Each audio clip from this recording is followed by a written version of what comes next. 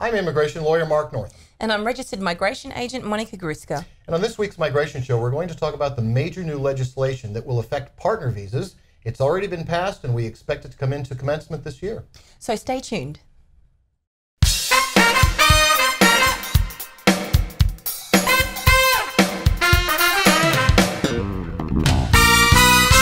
Welcome to the Migration Show with Mark Northam and Monica Gruska, the show for Australian migration agents and immigration lawyers, where we talk about the latest Australian immigration law, policy and much more, including your questions.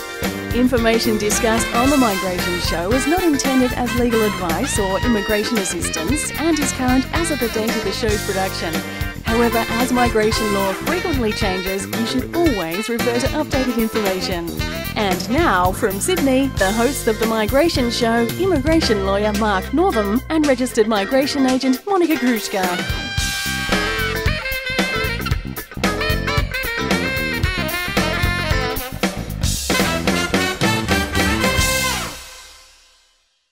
And welcome to this week's Migration Show. I'm immigration lawyer Mark Northam. And I'm registered migration agent Monica Gruska. And we're happy to have you with us for this week's show of the video version of the Migration Show, the new version. Again. Thank you again so much for all the lovely comments. Yes. And keep them coming. Questions, comments, complaints. We'll take we them like all. it. We'll take them all. That's it. Perfect. Well, we were talking a little bit about what we should talk about this week. Yes. And one of the things that we're all waiting for, in fact, we've been waiting for how long? Almost a couple of years at least. Yes. It would be the Migration Amendment, Family Violence and Other Measures Act 2018. Yes. Otherwise known as the Major Partner Visa regulation changes. They're going to screw up partner visas. The big one. That's the big one's coming. That's it. Well, and it's not a cyclone because we're not in the NT.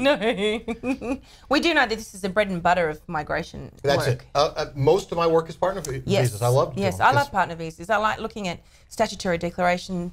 I get teary. I've had some Bobby Dazzler of, relationship statements. Really? I love it. I think there's almost two kinds of relationship statements. I do. On the one hand, you get the one that reads like a train timetable. And you got to wonder whether they were on that schedule for 9 o'clock. My husband likes me to bring him a coffee. That's it. Well, it's just the date and the thing and the date and the thing and the date and the thing. It's like, what did you forget there? Yeah, but it's beautiful to hear beautiful stories. Oh, and the other ones are the emotional gushers. Oh, that's what I'm talking about. Yeah. My life would not be complete if that, it were not for fill in the blank. And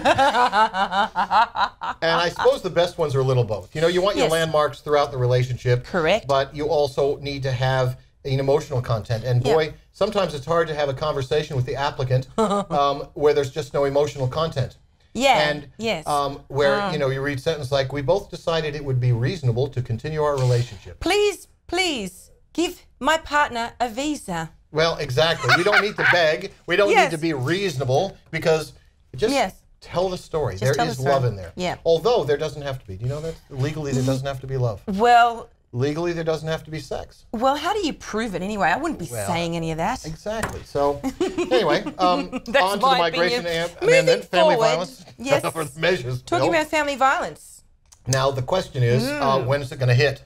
Well, just like every good cyclone. That's right. It will come, and it'll come when it Whenever decides to come. We're waiting. Exactly. We're waiting. Essentially, what we're looking at is the Act received royal assent on the 10th of December, 2018.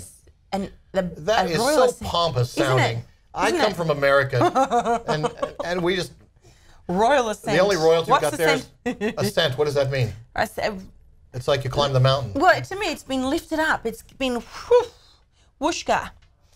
All right, says Gruska. Whooshka says Gruska. Well, very royal assent. Anyway, the Crown, the Governor General, whoever, the Governor General, is that right? The very important person. That's right, 10th of December 2018. So the rule says that unless there is a proclamation that fixes the date of commencement within 6 months, of the date it received royal assent, it will automatically commence 1 day later.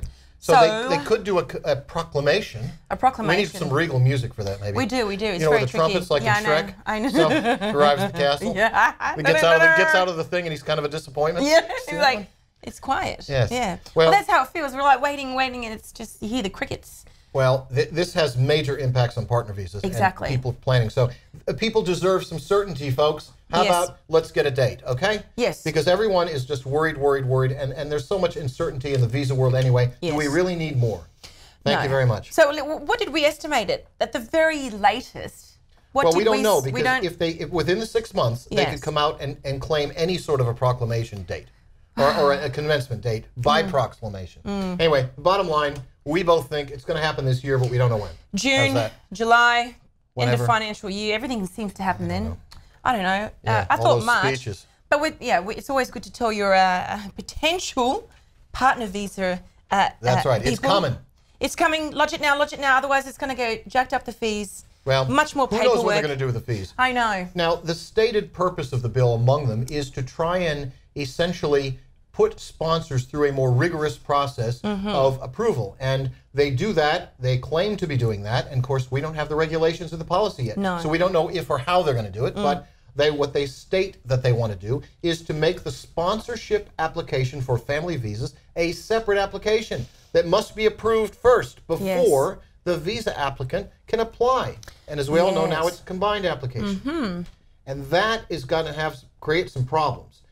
Look, I think we're all for better scrutiny, especially on some of these abusive sponsors, right? Yes. I mean, if you're stuck in a partner visa as an applicant, you know, how many stories have we heard about sponsors holding that over their heads?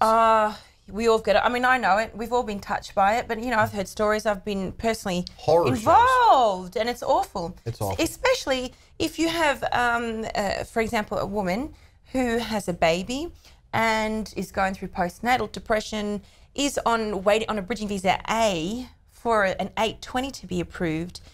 What can she do?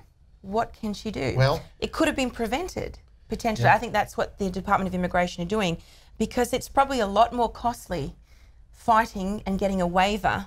And one of the waiver provisions is domestic violence. So it's either domestic violence, death, or children. That's it. And I think this is what Department of Immigration are trying to do. They're trying to cut down on it being too late. So getting them early, getting potential sponsors who have a history of domestic violence. That's right, and they're talking about jacking up the character requirements. I mean, already they have to put in full police reports, just like applicants do. Yes. But they're going to jack up the character requirements for sponsor. But then again, suppose you have a married couple. Yes. And the sponsor has some sort of character problem in the past. Yes. That causes him to fail. What are they going to do? Kick his wife out of the country? Yeah, that's a really good question, Mark. I mean, it's not like an employer thing where you can, if the employer is refused a 482 nomination, you go work for somebody else. It's a little more difficult. Yeah, that's it. That's true. That's a good point. Well, there's always going to be exceptions to the rules, and I suppose that's what happens when there's legislation or policy changes. There's a ripple effect. And here's another really big question. Will Schedule 3 survive? Because a lot of agents make a lot of percentage of their money from Schedule 3 waivers. That's it. And there is talk that they might get rid of Schedule 3 because here's the thing. You're right. If someone comes on a ETA or some other visa that has a 3-month stay period, an applicant comes with the intention or later on decides to lodge an onshore partner visa, well, they have to lodge that partner visa application while they're holding a substantive visa or that nasty bugaboo Schedule 3 pops up and compelling reasons and that whole world of hurt. So there is talk that because the sponsorship application may keep the applicant waiting, you may find many more applicants unlawful or stuck on shore waiting and waiting and waiting for that sponsor application to go through. So there is some talk that Schedule 3 might get blown out, and if so, I know a few agents who are going to be hurting. Oh, of course, financially, absolutely. Now, it's great for the applicants, I suppose, and we should focus on that, but it's something to consider that wiping out Schedule 3, I know 2 agents, in fact, where about 70% of their business is Schedule 3. Wow. With the stroke of a pen, 70% of their business could be out the window. Ouch. So that's what happens when you have a business that is dependent on the mistakes or bad language or bad legislation of others. Ouch. Anyway. That is an ouchie. All right. So, well, you know, I think we applaud the issue of focusing on bad sponsors. Agreed. But the logistical issues, how about this one? Try this one on for size. The applicant comes on a tourist visa, and the sponsor then puts in a sponsor application for an onshore partner visa, and it doesn't get decided right away. you're at the end of 3 months. What are you going to do? You got to go offshore. And suppose then you go offshore and you come back a month later.